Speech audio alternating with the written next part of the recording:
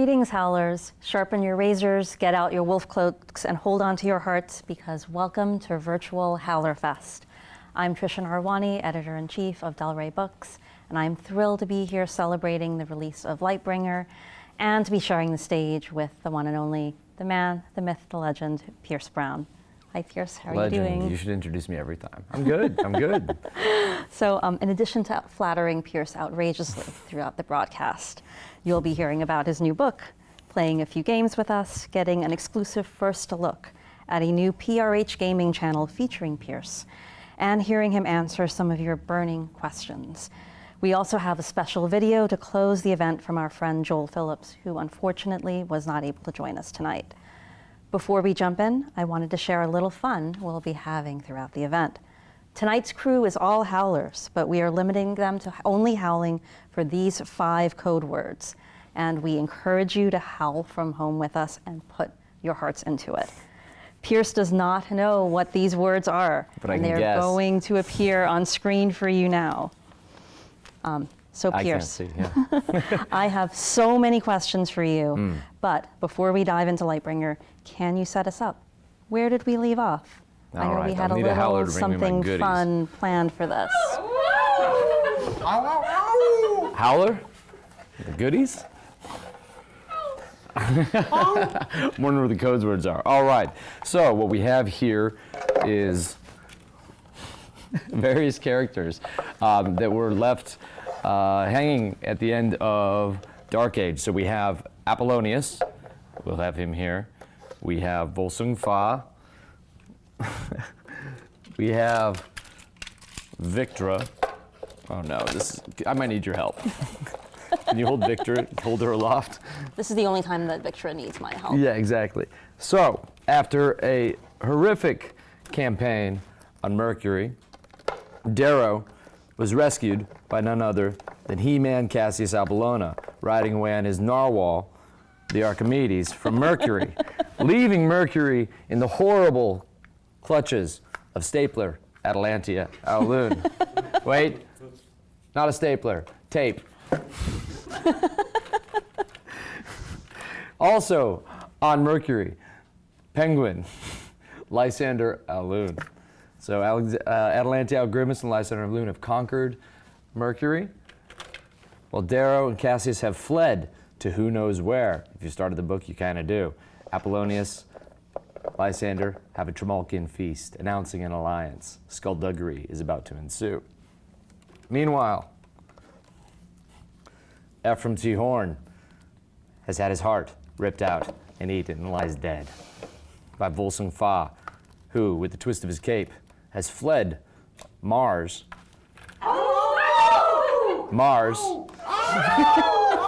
to who knows where, off doing no good deeds. While on Mars, Cavax, Victra, this is good loyal Cavax. And then we have the inimitable sovereign of the Solar Republic, Mustang, defending Mars against an impending invasion from Atalantia, Lysander, and Apollonius and all the gold forces. We will set them elsewhere so we have room. Meanwhile, slowly coiling his twisty body around the fates of our heroes, Atlantis, always up to no, Atlas Al-Ra, always up to no good, is plotting mischief. And Severo, captured by the clone, has disappeared entirely from the scene. Who knows what fate awaits our cute little wolf man. Well, wait, that goes there. That goes there. There's a lot to juggle here, guys. I don't even know how I plotted these books. And then Rokau Fabii is dead. My friends, the tale of Lightbringer will begin on the beloved Narwhal Archimedes. Darrow and Cassius at odds yet again. Cassius's leg is not broken, even though He-Man's is. Will they become brothers once more? Or will the friction lead to more friction. All right, that is where we begin our tale. Howler. So, thank you. As you can tell, that was rehearsed ad nauseum. Yes, thank you so much for that, Pierce. Oh, As yeah. much as I love reading your books, I think I might love watching you act them out with toys even more. I think it was a once in a life thing. So now that we're all caught up to Lightbringer, let's go back in time a little bit to when we started working together on this book. So when we start first working together on a book, one of the most helpful conversations that we have is about the mood or the vibe that you're aiming for. So for Dark Age, it was this war epic, symphonically structured with these technically demanding set pieces and intricately braided plot lines. How would you describe the vibe of Lightbringer? Lightbringer, in many ways, is about going forward by taking a step backward. Darrow is a man who has survived his entire life and defined his existence by velocity. In Lightbringer, he finds himself in a situation where he cannot push forward any longer, and that forces him to either change or break. And so for me, Lightbringer is about self-discovery and reclamation, not just reclamation of himself, but of the thesis that is the Rising and the Republic, but also the friend group that started this all. In many ways, this is a book about found family and the adventures that they go on together while being pulled in different directions based on their past differences, their own traumas, their own frustrations, and testing their friendships and the thesis of the Rising. So for me, it's the tone really centers on enduring and then realizing the light is not ahead but within. Yeah, this book is really like the real treasure was the friendship we found along the way story. Yeah. We'll get to the friends in a moment, but first let's start by talking about the character we all love to hate. So please tell me, from what dank dungeon in your soul did you dredge up Lysander? Lysander? Oh, How do you have a problem with Lysander? Oh, you know I love strange. Lysander, but how do you go about envisioning a character who's at once so villainous but also so human? I looked for the inverse of Darrow, and I think Darrow is admirable and has many admirers because he is, if anything, true. He is forward momentum. He's a blunt object at times. He's incredibly frustrating. Yet at the same time, that truth and that lack of personal hypocrisy makes him interesting and attractive and someone to follow. And I think we all wish, or a lot of us wish in our lives we could be that way. Lysander, I think, is a more realistic, less heroic depiction of a human being who has his own sort of morality, but the problem is the things that have built his morality were built upon a foundation, or rather the foundation of his morality is in a flawed code, in a flawed misunderstanding. Darrow is a reluctant messiah, Lysander is an eager messiah. And so Lysander's moral troubles he has, because he actually has more moral questions in his head and is less decisive than Darrow because he actually does think about the future. He does project the domino effect his actions will have, and that makes him hesitant to take those actions sometimes, whereas Darrow is just smashing things in his way, for better or for worse. And so Lysander's, when he makes a mistake or when he does something evil, he knows full well that it is, for lack of a better term, evil. I wouldn't say evil, he would even recognize that term. I'd say bad or good maybe, or he recognizes the cause and effect of his actions. And I think that makes him more contemptible in a way because he knows well enough. Right. You know, he should know better. Darrow can be blamed for being emotional or desperate. And also, Lysander came from the top. And so it's the inverse story of Darrow, and he's designed to be a foil for Darrow. Very similar men, yet exceedingly different. Yeah, they're like dark mirror images of each other. And you know, we think of Lysander as the villain, but he doesn't see himself in his head as the villain. No, but it's hard to paint anyone who wants to return a tyrannical regime as anything but the villain. Right. Even if he wants to be the good tyrant. And even if his society would be fairer than before, or even fairer than the Republic, it's a flawed principle, morally at least. Yeah. Yeah. Well, onto a very different character. So when you and I talk about Lydia, we always talk about how she's in some ways a regular girl in this world of gods and monsters, even after she gets the figment. So why did you choose to include a character who is so different from all of the other POV characters? Well, the operating thesis was to craft characters who had all been stomped on by Darrow in one way or another. Lysander directly, having seen Octavia killed, and his line removed from the throne, the morning chair. Ephraim tangentially lost someone in Darrow's war through Trig, and then Lydia was meant to be the debris, the chaff left behind in a way. And I thought it was interesting to paint her in a light that didn't have her. She was a gamma, which means she was at the top of the low, right? Designed to be hated by the rest of the lows so they wouldn't hate the next rung up. Hate your neighbor and you won't hate the president, that kind of concept. And I thought dealing with that power struggle, that hierarchy within the minds and within the red culture would be incredibly fascinating, because she has her own resentment and also has to look at the actions of her parents and what they did, because they were informers in their minds, and that gave her a little bit of luxury. And that self-resentment, I think, makes a very fascinating character study.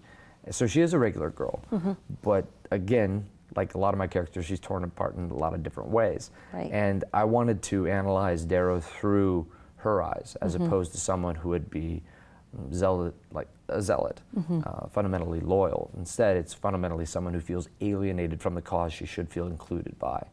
And I think that what inspired that was the emancipation of American slaves. And they might have been emancipated, but what skills did they have to pursue vocations outside of, well, their jobs when they were slaves? And I feel like that created a lot of the systematic problems we have today that resonate through time. And I thought that that would be interesting to introduce into the Republic. Yeah, to see what happened to someone after the Rising Yeah, as a low collar. you're free. Like what impact did it You're really free. have How on can I them? make money? Yeah. How can I survive in the system you now say that I'm free to be in, and not You've fall broken my chains, now what? and not fall into a different sort of servitude. Well, very much not a regular girl is Mustang, who we all love and adore. No, not a regular girl. So she's compassionate. She's the most brilliant person in all of the world. So what are some of the challenges of writing a character who is so well adjusted, has so much integrity, and is a super genius? Someone who is 10 times as well adjusted as I am and 10 times smarter than I am? Yeah. A lot of rewriting. A lot of rewriting, because the difficulty is finding a place where she can be in a situation where she is either in emotional or physical danger. And for someone who's so smart, it's unbelievable that it would be because of mistakes she's made. Yet you also can't have the people working for her to be incompetent. So you have to find a situation where it's not incompetency, which violates the concept of her being so smart. And instead, I'm just telling you she's smart. So you have to find a situation which she is in danger and would risk her life because she's a sovereign of a society. And we don't want her to just be in a bunker giving orders. That makes for a boring story. So how do you find that middle ground of putting her in danger because of her actions, but not because of stupid mistakes? So you have to find other vulnerabilities. So a lot of rewriting. I mean, a lot of rewriting. You Mustang is always the challenge every time. Yeah, you reread that. No spoilers. You reread that Phobos section quite a few times.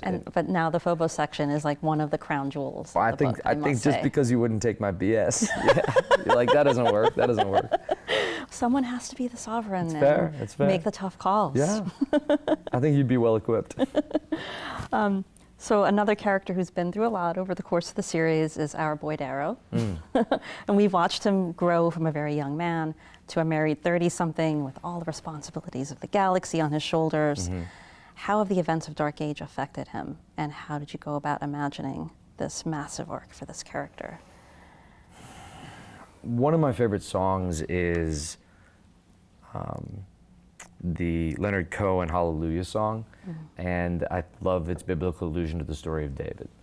And it's that tone of that song that informed me on Darrow's overall arc in a way, and you know how I'm very tonal like that. And I love the David story, And I've always been attracted to the stories of a Messiah who falls from grace.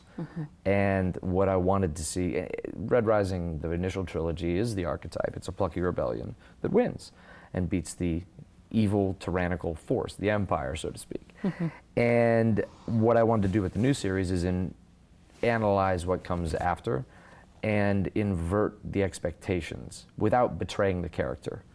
And I think we've all seen other projects which have done it a different way and that compromise the feelings that you had for the character, and even the actions that they did, and it makes it all feel for naught, right? Right. And what I wanted to do is analyze his change and show the darkness that he would feel after 10 years of war, and also show the tyrant waiting inside Darrow without making the first three feel like they're all for naught. So the journey, though it is dark indeed, Right. Dark Age is still only halfway through that trajectory I'm imagining. And so I had to take him into the darkness in Dark Age, where he faced the question, would I lose my army? Would I eliminate my army to kill the enemy? Is my job as a general to destroy the enemy, or is it to protect my men? And when he saw Orion, and someone he held very dear, be pushed to the point where she embraced the former ideology of destroy the enemy at all costs, that is the purpose of war. I think he had his, for lack of a better expression, come to Jesus moment. Right. And he got to make a choice that we all hoped he would make, which is the optimistic choice, which is the choice of a defender, not a rabid attacker. And so Darrow had to be taken to the extreme in Dark Age in order to begin his journey in Lightbringer. Yeah, I mean, that's like the mythic structure, right? You take the character into the belly of the whale before they make the journey back. The belly of the whale, indeed. Yes. So speaking of time passing, we're going to crumble to dust on camera as soon as I tell you that the 10-year anniversary of Red Rising is approaching next year. So how does it feel to be 10 years into writing this epic series? We're not there yet. We're close. We are so close. Well, the weird thing is I wrote it in, 2011, I think? Yeah, it's literally more than 10 years, because so we started working on it like 2 years before it came out. Yeah, so for me it's already been 12 years. Right. And then I gave it to you guys in 2012, and then it came out in 2014, right? Right. And so, very strange, and especially when the characters age with you, which I've done purposely. Yeah. And I've tried to have Darrow's age catch up with mine and then match it to a degree. Like I wanted it always to, when I began the Iron Gold, I wanted Darrow's age to match mine. So now I have my work cut out for me to get Red God to you guys in time, so that I am not, I'm not ossified by the time Darrow's 35. So it feels very strange because these characters, especially when they age with you in the story, I mature as a writer. I mature in terms of what I've seen, the experiences I've had, the people I've met, the light they've shed on the story, the meeting of the readers of Red Rising, like the birth and creation of the Howlers, and the Howlers on Mars. Ow, ow! It's Bedlam. No, not Bedlam. Damn, I thought it was Bedlam. And so I've gotten to witness a lot of the things in a very, very small way that Darrow's gotten to witness. And it's the birth of a community. And when Darrow started out, he was all alone in many ways. And that was me. I didn't think anyone was going to read these books. And so I feel a sense of responsibility in completing them, much as I imagine he would feel in making sure Mars doesn't burn. Well, just sounds like a sad howler.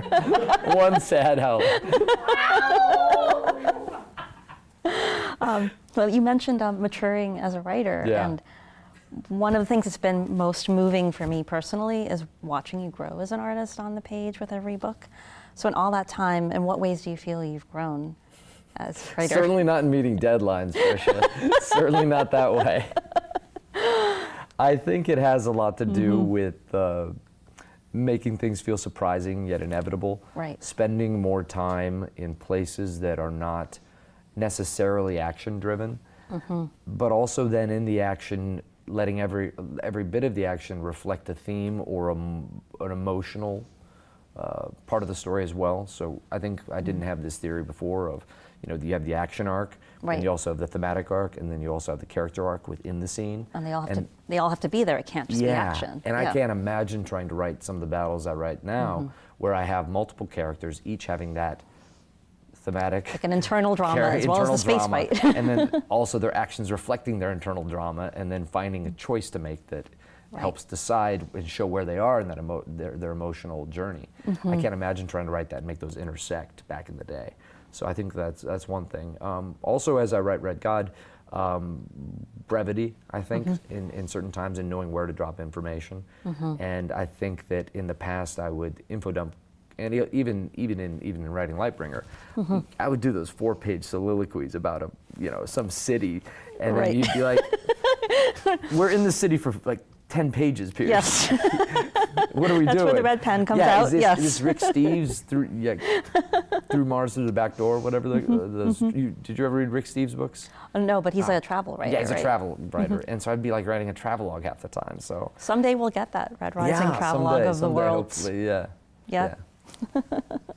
So you mentioned writing scenes that they're surprising yet inevitable. I think it's another source of the rewriting and of writing things, tearing them out, starting over. Yeah, learning how to kill babies. Yes, learning. Oh, I didn't mean it like that. Well, poor Ulysses. R.I.P. Ulysses. Yeah. So whenever you start a new installment in the series, I'm always amazed at how easily you seem to just put on each character's voice, like you're putting on your favorite jacket. How do you get into the headspace of each character, and do you ever regret going in there in the first place? Well, this is when you thank yourself for not having certain POVs. Like an Atlas POV, while interesting, would be exhausting. Just as a Jackal POV would be interesting yet exhausting. Imagine Apollonius POV. Apollonius POV would be great. I would love. I think. Well, yet Ephraim with the mop, right? I think Apollonius is always high. Yes. And seeing things in this bronzed, gilded light. Yeah. Certain characters are easier than others. Virginia's very tough because of how analytical she is. Right. Lyria is the easiest. Lyria and Ephraim were the easiest because each was so distinct. And Lyria is I seldom have to rewrite her passages. Right. Often they're like off the hip, Yeah, like her voice just flows from you. Yeah, and it's very surprising. And Darrow is hard because I want to show the evolution in his voice, so it can't be the same each time because he has to show maturation. So it has to be same but different. Darrow, I listen to very heavy emotional music. Lysander, but I don't write to the music. I try to get into the headspace of it and then write, because then you write according to the music, and then you have a problem. Right. Because then everything's epic. And you're following the swells of the music and not the scene. Oh yeah, and it's like every paragraph is like more muscular than the last. And right. So I find that the music helps give me a true north, I suppose, tonally for each character. Yeah. And I think that helps me understand their language. Otherwise, I'd say, I don't know, I just jump in and start swimming. And you'll point out sometimes when Lyria uses a multisyllabic word and you think, I don't know if she'd know what onomatopoeia is. Yes. Yeah. But you do know your character so well. I'm always amazed that I can ask almost any question about even the most tertiary character, and you'll have detailed lore and a whole psychological profile in mind for them. So what's a weird, hyper-specific detail you know about one of your characters that's maybe irrelevant to the story or may not ever make it into the books? Well, that's the funny thing. I'm not as heavy on those kind of details as, say, Stephen King would be. Right. Stephen King loves the minuscule details of his characters, and he likes fleshing out characters that way. I'd say I like fleshing them out more in the way they speak, more in how they are, and I think that's one of my strengths, as opposed to providing myriad details about their lives and about them. I think that Darrow liking strawberries is one of my favorite things. There's a couple times in the books where Mustang pushes strawberries toward him, and they never mention it in his head, like, oh, she knows I love strawberries. Right. But there's just those little it's a subtle little detail, details. Yeah, and I did fill out some questionnaires for some of them, but for me, it's more so. It's not that catalog of details as much as it is the. I know I repeat this a lot, the tone, the frequency that they operate on, and that's much more enjoyable for me because I do feel like I cherish their voices as being uniquely distinct. I feel as though I could write their lines down and you'd be able to tell who's speaking without any tags. Yes, absolutely, every time. So you're not just a prolific writer, you're a voracious reader. I love hearing about what you're reading. What were some of the things you were reading before or while drafting this? While drafting Lightbringer? Yeah. Oh gosh, quite a lot of Roman stuff. This was actually written by a Greek, Plutarch's Lives, a comparison between great Romans and great Greeks, and intertwining them based on a common theme that they shared. That was heavily influential. I read also this awesome series called Killer of Men by Christian Cameron, which is great. I read All the Light We Cannot See, Man's Search for Meaning I reread again, as well as a bunch of Stoic texts from Seneca. Also Master of Love. What is Master of Love? I think it's like Mastery of Love, Master of Love. What is it? I forget the name of it. It's a very small little tome about love. A lot of self-love. And no, it's not like Ovid's love. It's not pervy. It's yeah. I thought you were talking about Ovid for a second. No, it's not Ovid. I did read Ovid. I did read Ovid for some of Apollonius's lines. I reread big sections of the Odyssey again, as well as Simplicissimus for fun, and yeah. Well, Master of Love makes sense because in this book, Darrow finds a book that means a little book that means a lot to him, and there's too, also that guides him. Yeah, and there's also that really great self-help book that has horses running on it. I forget what it's called. Oh, it's I know white what you and mean. blue. Yeah. Yes. Yeah. It's like Unbreaking Your Soul or something like that. And then there's also those books about like how to change your mind, because I was going through some, I think of my own, I'd say, struggles with this book and with writing in general, because I was losing enthusiasm because it was getting very difficult, and I had to toss out great sections of this. Right. And I know I have to have fun while I'm writing, and I was not having fun, and so I had to do a lot of introspection too. So again, Darrow's journey mirrors my own emotional journey, I suppose. So, in addition to the emotional journey, you also mentioned reading a lot about the Romans, and historical events in general often inspire the writing of these books. Oh, yeah. Like, for example, when you're writing Dark Age, we talked a lot about the French Revolution, which influenced your conception of those events. What are some of the historical events that inspired events in Lightbringer? Anabasis is one. Xenophon's march with 10,000 Greeks out of a hostile Persian Empire was very interesting to me. What was also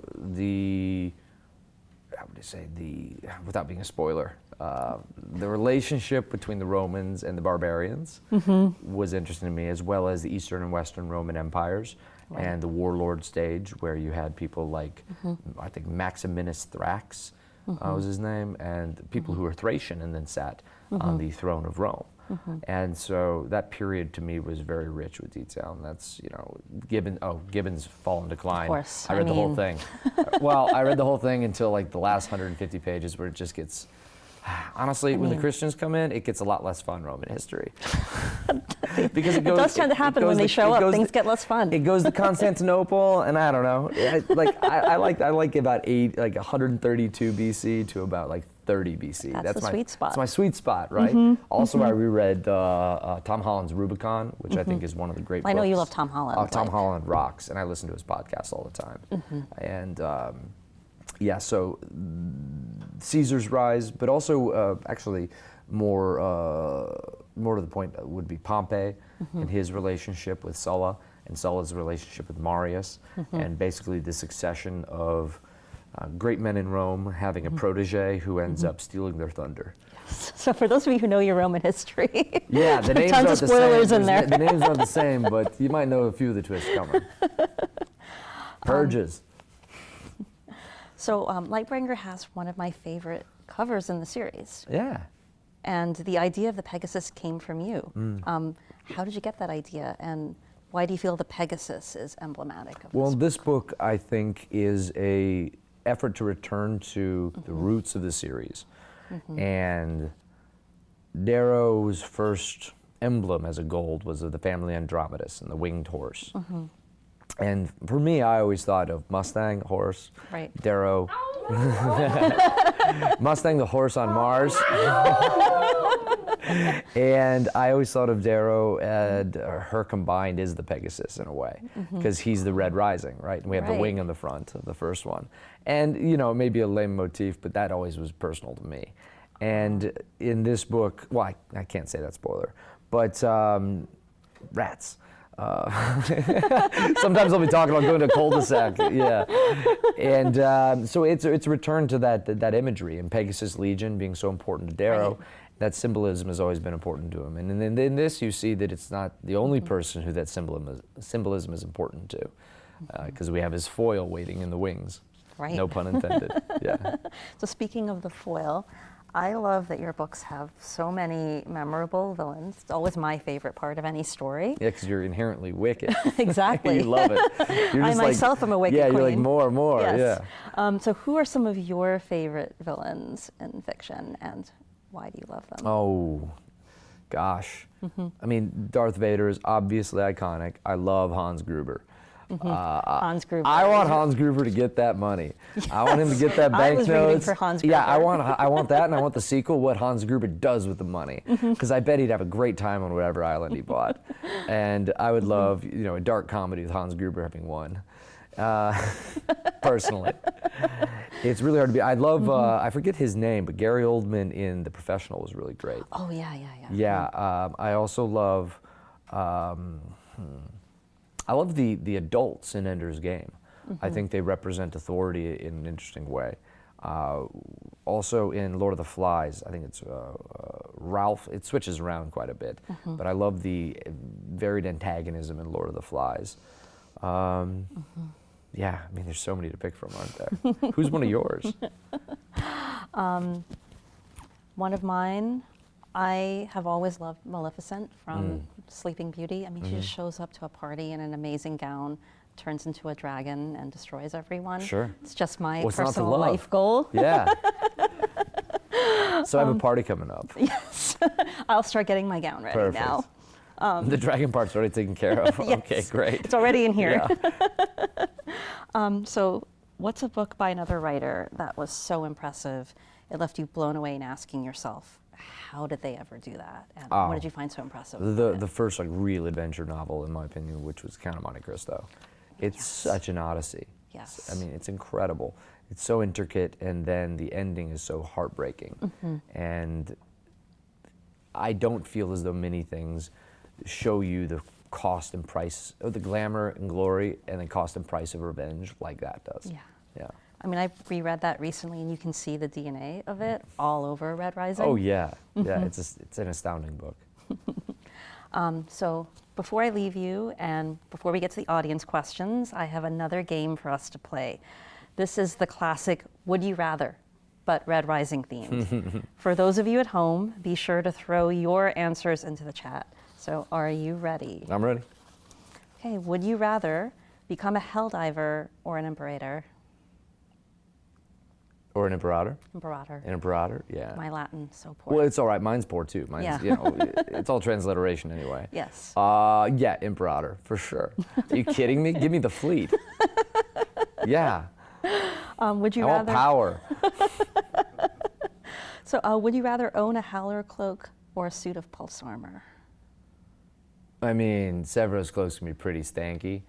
And I'm sure if I had put a suit of pulse armor, I could take a Howler cloak. Yeah, I think so. Yeah. Yeah, that's the sound you'll make too. Oh, this one's real evil. So, would you rather bring back Pax or Ragnar? Oof, Ragnar. I mean, it has to be. I was getting worried with my answers because I was sounding very kind of like gold supremacist. Yes. Oh, I'd be an imperator with a pulse suit, but I'll bring back the shield to Tino, so have no fear. I have a moral core. House Augustus or House Bologna? Oh, there's something really sinister about House Augustus. I mean, House Bologna, I think, House Bologna would be a much more fun house to be in. House Augustus sounds stressful. Seems dreary. Your brother might eat you. Yes. It sounds really rough. Or he might come back cloned and have an obsession with you. It sounds horrible. I mean, the really. Bolognas probably have better parties. Yeah. Yeah. But then Cassius would steal your girlfriend. Man. It's a tough life all around. That's worth it if your brother doesn't eat you. So I'd say Bologna. Bologna. Yeah. I think that's where you got to draw the line, right? Will my brother eat me? Yes. So would you rather babysit Darrow's son, Pax, or Severo's daughter, Electra? Oh man, it'd be so scary babysitting Electra. Oh man. And to be honest, in the end, I think if something went wrong, I could reason with Darrow, maybe. Right. Severo, like, it could be Electra's fault, but I'm gonna get the pointy end, you know? That's and 100% so, yeah, true. and Pax will like teach me things. Electra will just like take digits off me, you know? Like, could you imagine telling her what to do? And then Pax would just like... Absolutely not. Yeah, Pax, I feel like, would be more of a negotiation. Yeah, right? yeah. And he might pity me, my stupidity. He'd be like, oh, sweet babysitter, you know? It is true. Yeah. You'd end with him like looking into your soul. And, Yeah. Like, yeah. Yeah, right? Yeah. He'd be like, it's okay, don't hate yourself. So, would you rather fall in an iron rain or command a ship during a battle in space? Oh man, falling in iron rain. I feel like that'd be so exhilarating. It seems like it would be fun, right? But I'd wear a diaper. So, a gory dam or a bloody dam? Gory dam or bloody dam? Bloody dam every time. Bloody dam. Yeah. It's really satisfying to say. Yeah. So, would you rather fight in the Institute or wage war in space? The 9-year-old in me wants to fight in the Institute, you know, because it's very Lord of the Flies and also medieval warfare. It's just You get flags. I mean, the entire thing is like Red Rising. The Institute's kind of like a fantasy of I think what I wanted to do when I was like 9. You know, Right. What do you want school to be instead of what school is? Yeah, you have like a standard, and you have the wolf cloaks, and you have your pack and your buddies. And I think you see what they would rather be doing because of how nostalgic they get about the Institute. Yeah. Right. So the core or the rim? Oh, that's a toughie. You know, I like sunlight. But the rim's got some, interesting flora, interesting fauna, low gravity, really cool vistas. You're going to see a lot of the rim. Yeah, I would see the rim, and in Lightbringer you get to explore it a bit more. I'd say the rim. That way, I mean, also like the core is abominable in terms of its like population. They seem very naughty, Right. So like the rim. So would you rather defeat the Jackal or Octavia? The Jackal, because then you don't have to worry about him, Octavia, wouldn't be as cathartic. Right. Yeah, right. But do I get to inherit like what they have? Because like if I beat Octavia, am I sovereign? I think so. I don't want that's that. the rule. That sounds really stressful. I'd beat the Jackal. It's a lot of work being a sovereign. Yeah. I beat the Jackal, and maybe Mustang would thank me. So intricate political maneuvering of the sovereign or the raw power of the Reaper? Raw power of the Reaper. That'd be so cool. I'd pair that with my Iron Rain, my Pulse Armor, and my Imperatorship. Yes. Yeah. I mean, it makes sense. Being the sovereign's a lot of board meetings. And That sounds exhausting. probably a lot of emails. I don't know. And to be honest, like the cognitive load would kill me. So would you rather master the mind's eye or sync with the figment? Mind's eye, because I think the mind's eye operates like on a principle that a lot of different things do in meditation, which is essentially having complete control of your body and attuning your senses. It's not like you can levitate things or anything, but you can maximize your senses to the best of your ability. So it's like true, perfect human control, and I think that would be very appealing. I think if you could just lower your heart rate. Yeah, I think there'd be a lot of uses for the mind's eye outside of combat. Yeah. Yeah. Yeah, like you have bad Mexican food, and then you're like, I will not be nauseous, and you're not Right. nauseous. It'd be great. Yes. So would you rather spend the day on Mars or on Luna?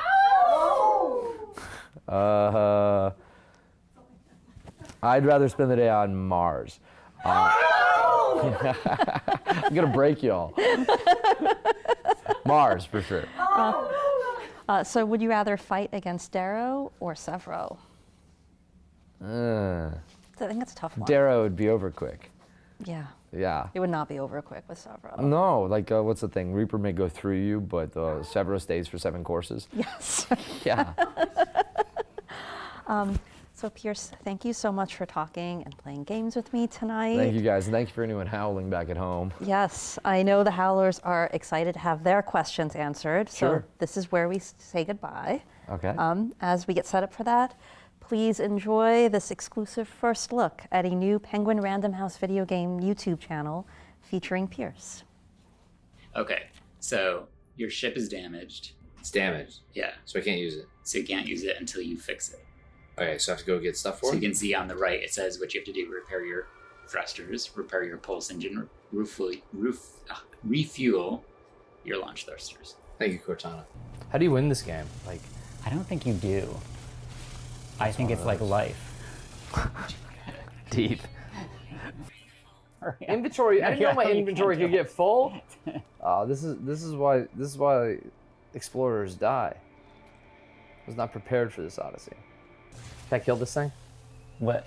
I'm gonna kill it. I mean, I'm not gonna tell you no, but I don't. But it's really I'm gonna cute. kill it. No, it's running. It didn't do anything to you. But it has carbon. I need It's carbon. really trying to get away. I need carbon. No. I'm matching its You- carbon. You understand that could have been a pet. Carbon. You could have fed it. Hey, we are exploring a galaxy. There are sacrifices need to be made. I, for one, am willing to sacrifice that thing. Well, I guess the cool thing about this is the idea of there being so many undiscovered places. That's one of the things I wish I could do with Red Rising is have more discovery, but like there's a limited amount of body masses, like solar masses in our moon, in our system. Like we know all the moons of Jupiter, we know all the moons of Neptune. It's also like a hassle to get Darrow out there. But what I would love is, I think it'd be fun, is having like the first solar explorers, the blues, like exploring the solar system and finding out all the scientific mysteries. So in the series, is everything discovered? I guess to a degree I've always considered it as such because it's about 750 years after they began colonizing the planets, right? And they have, things in the far flung, like things in the Kuiper Belt, no, not everything can be discovered. There are asteroids that could not be discovered. Like part of the whole thing is Atlas Au-Ra has had, like he's given a task by the Sovereign to cleanse the outer belt of Ascomani, but it's an impossible task. Because it would take a fleet 100 times the size of his, 100 years or 1,000 years to go across the entire Kuiper Belt. So like space is just astronomical size. And I think that was like one of the things that always attracted me to this game is the overall scope of it. Yeah, no. Oh, dude, he's got some sick weaponry. 187,000 units. You got 0. I have 0 units. Yep. How am I so impoverished? I would love a game like this in the Red Rising world where you could explore the entire system. You can see like the melding of like the ancient ruins of a society like that is in love with like the grandiosity of the classical era. So fun. The fun thing is, this is about exploration. None of the other Red Rising books have really focused on the mysteries of the system, mostly because we've always stayed in the core, and the Rim has always played almost like a very vague. How to say it? It's only touched upon kind of vaguely in Morning Star. But what's fun about Lightbringer is it actually really expands the story to include the Rim again, and expands kind of on the narrative of that was going on in Iron Gold. And so there are actual mysteries in the asteroids, in the myriad asteroids and the moons.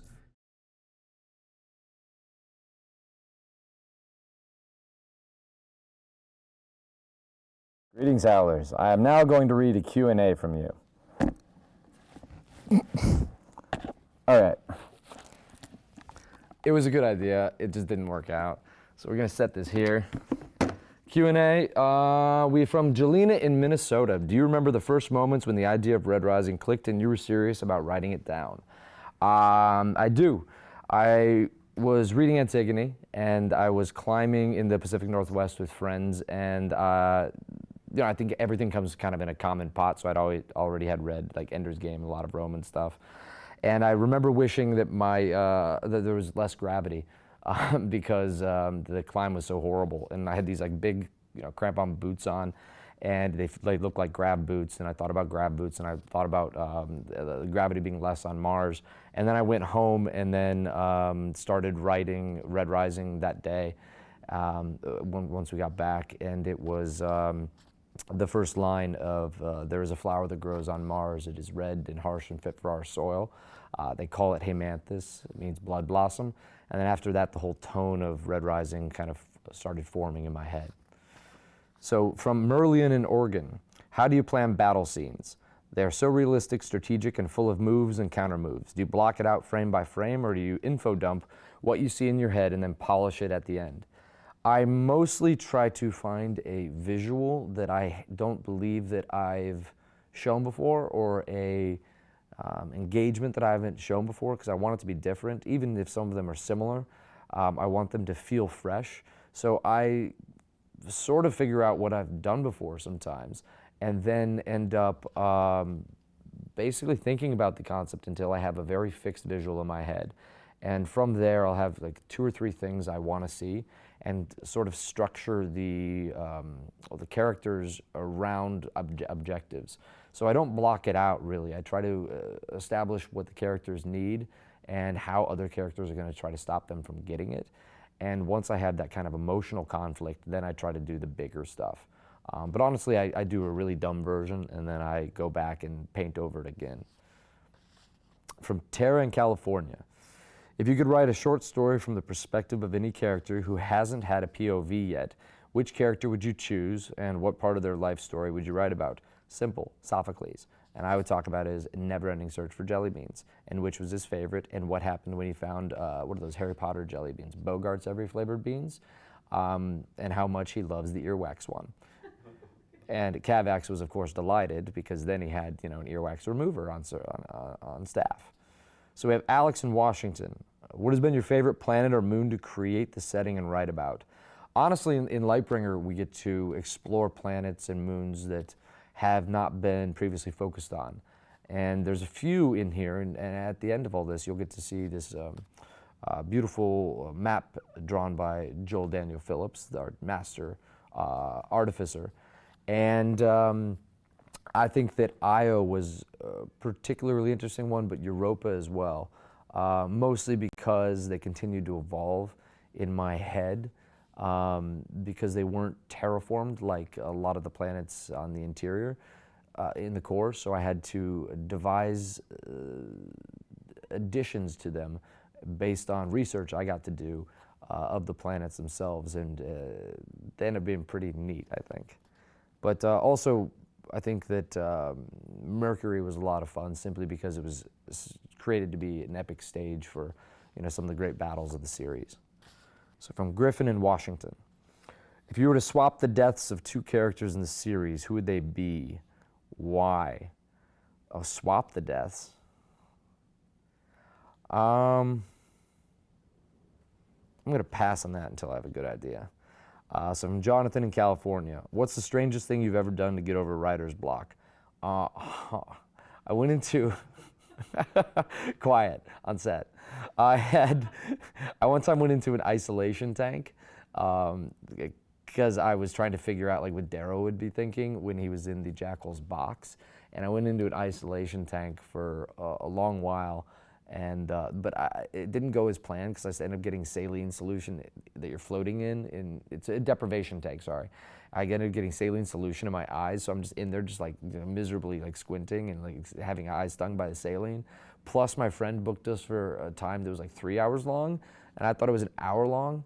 And so I'm in there thinking, am I going insane? but I didn't want to wimp out and leave. Oh man, when I got out of there, I was so happy. It was awful. Awful.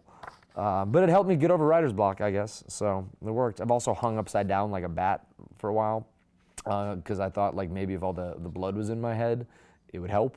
I don't know if that one worked. So from Mini Howlers, can you tell us, no, skip that one. From Coda in Washington. What is in the box for Howler initiation? From the chant, finish the bucket or get the box. Maybe you'll find out, maybe you won't. From Joshua in Kentucky. Why does everyone hate on Lysander? He's the closest thing to an iron gold we've seen spawned from within the society itself, and while remaining a supporter of the society. Am I crazy for sometimes wondering if he isn't necessarily the villain? I think it's a matter of perspective. I don't think you're crazy for wondering if he isn't the villain. I think the whole point is to create this argument. I think Lysander is hated on, as I've said before, because of what some people view as hypocrisy. And Darrow is easier to love than Lysander is in many ways, because Darrow is at least consistent, whereas Lysander negotiates and barters with himself so much that it can be very frustrating as a reader. Plus, I mean, he would be the villain, well, if if he takes certain actions and, can't do spoilers. He could be the villain, he may not be the villain. It all depends on certain actions. And I do think that almost every character is redeemable up to a point. So what that point is for each individual, that's a matter of taste and a matter of your own moral creed, I suppose. But I personally think he's a very fascinating character. But even characters like Roke, who other people, develop like subreddits to hate on, I love. I love him because he's draws that emotion out. It doesn't mean I support his actions, but they're a pleasure sometimes to write the ones who are the betrayers or who are weaker than they suppose they are. From Dallas in Washington. If you were selected for a planetary colonization expedition, what job role would you be given? I don't know. I'd probably be like the drunken bard who entertains everyone, or like janitorial. I think I'd be really good at that. I'd be worried if I had to fly a ship. I'm pretty good at like first-person shooter games, but I'm not really good at driving games. But honestly, my favorite one would be like some sort of biologist or botanist working, outside, like dangerous zone. There might be dangerous flora and fauna. I'm imagining like huge Venus flytraps that try to catch you, and you have to dodge them. Apparently, my world that I'd be colonizing is kind of like Mario, but it sounds cool. From Colleen in California, there's so many plots and subplots at play. What's your outlining and planning and processing like? Well, if Tricia were here, she would laugh because my outlining is kind of notoriously bad at this point. For Lightbringer, I actually did have like a 20-page outline, but I started writing and then I kind of like disagreed with it the entire way.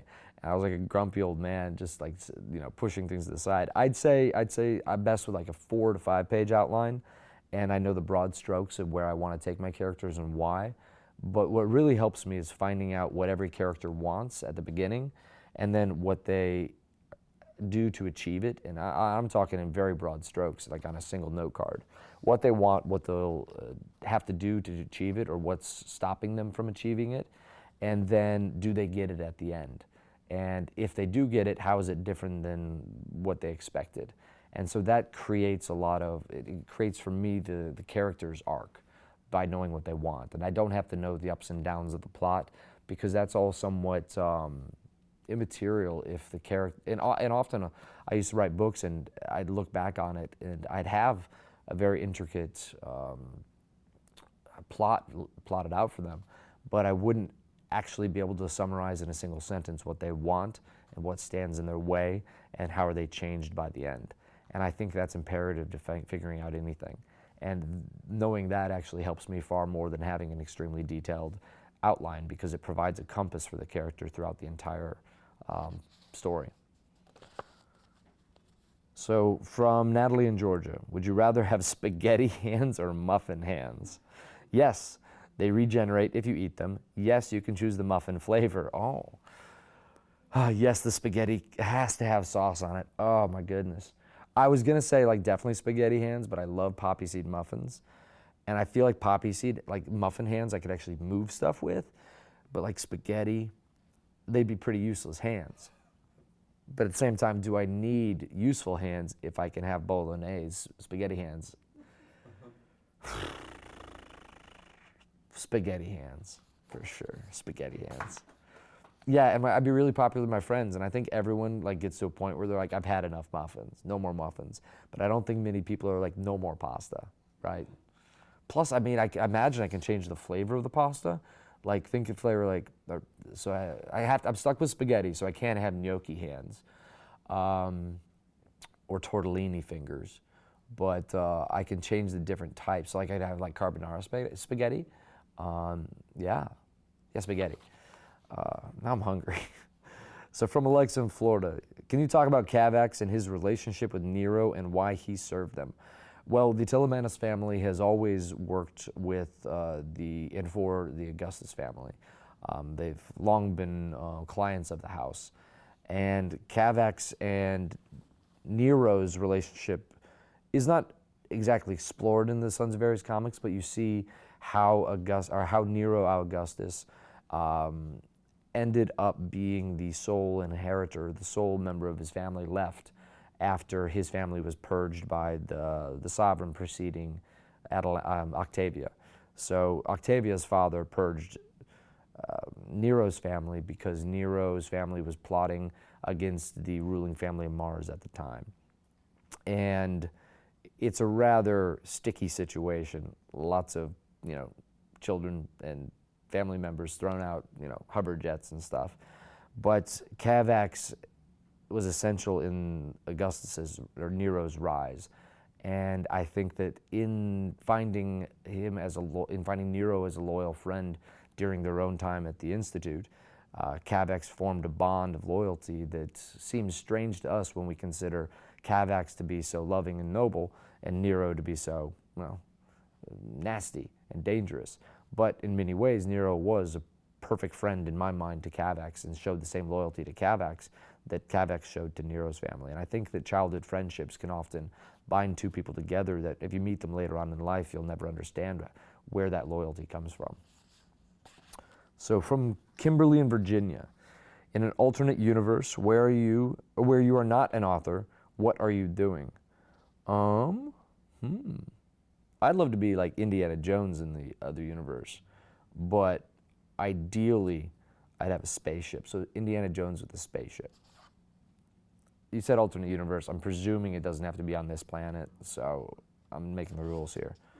So from Kevin in Washington. Dear Mr. Brown, first of all, how dare you? Additionally, what the fuck? You said it well. I don't have any excuses. Oh my goodness, this one's a paragraph. This is a paragraph.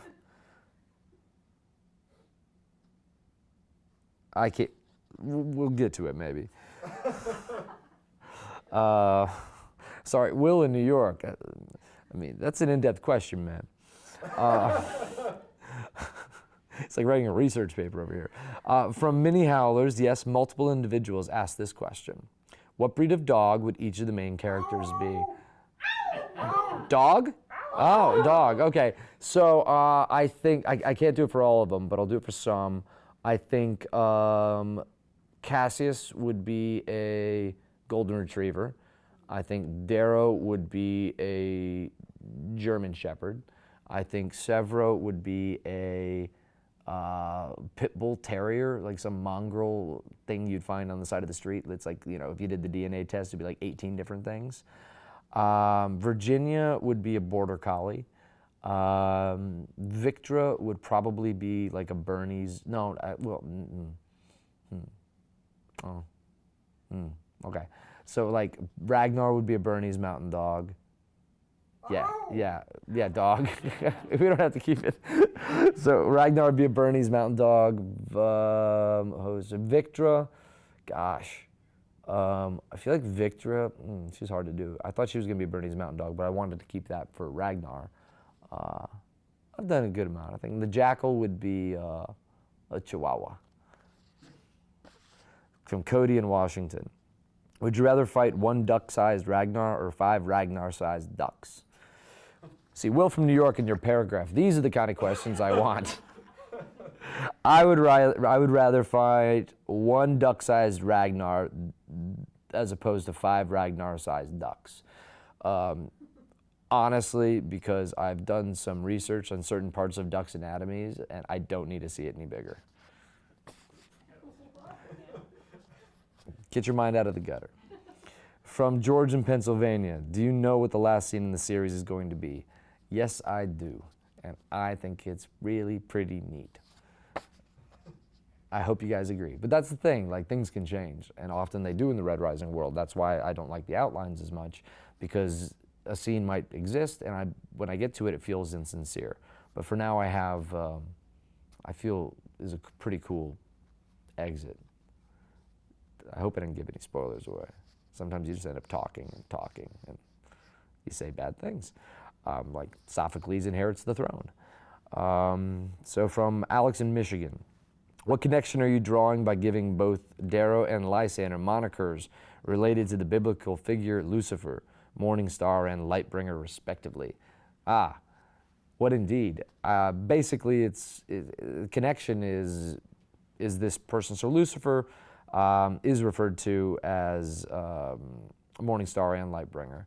And for me, it's the duality in the savior or devil, and exploring that one man's savior might be another man's devil. And in Lightbringer, I think that the solar system is trying to decide who is the savior and who is the devil. Much as in Morning Star, is Darrow a deliverer, or is he, come to bring about a dark age? So both books are the investigation into that sort of duality. From Nicole in Texas, if you could bring one character back to life, who would it be? I really miss Fitchner. I really miss Fitchner. Ragnar I love, but I think Fitchner is the one I would really like to write more scenes with. So from Molly in Ontario, did you listen to music when writing Lightbringer? If yes, what did you listen to? I actually have an entire playlist. I think you can find it on my Instagram, or maybe Random House has it on theirs as well. It's certainly on Random House's Spotify. And if you search my Instagram, you can see a lot of the music that I listen to for Lightbringer. So from Tori in New York, if you could only take one book to a desert island, what would it be? I would probably take one that could stand rereading, so I'd take a really complicated version, like Alexander Pope's The Iliad, probably.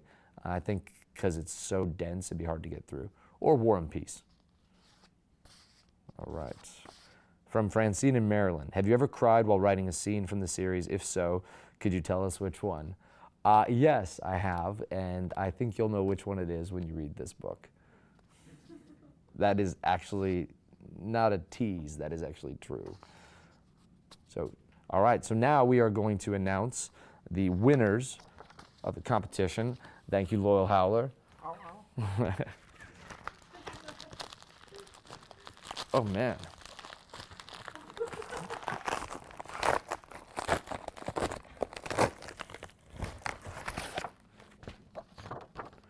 Congrats, Cameron Newby from Alexandria, Virginia. Prize includes, well, t-shirt, tote, signed books, and a 2013 galley. That's actually crazy cool. There's not many of those galleys floating around. So congratulations, Cameron Newby. All right. And then I want to thank every one of you for tuning in today, our weird little program here, listening to the Q&A. And I want to encourage all of you who haven't already to buy Lightbringer. It's been not my favorite to write. It was really hard writing it. But upon reflection, it's probably my favorite book in the series, and I hope you all really enjoy it. Thanks for joining us. Now, get ready for a video from Joel Daniel Phillips.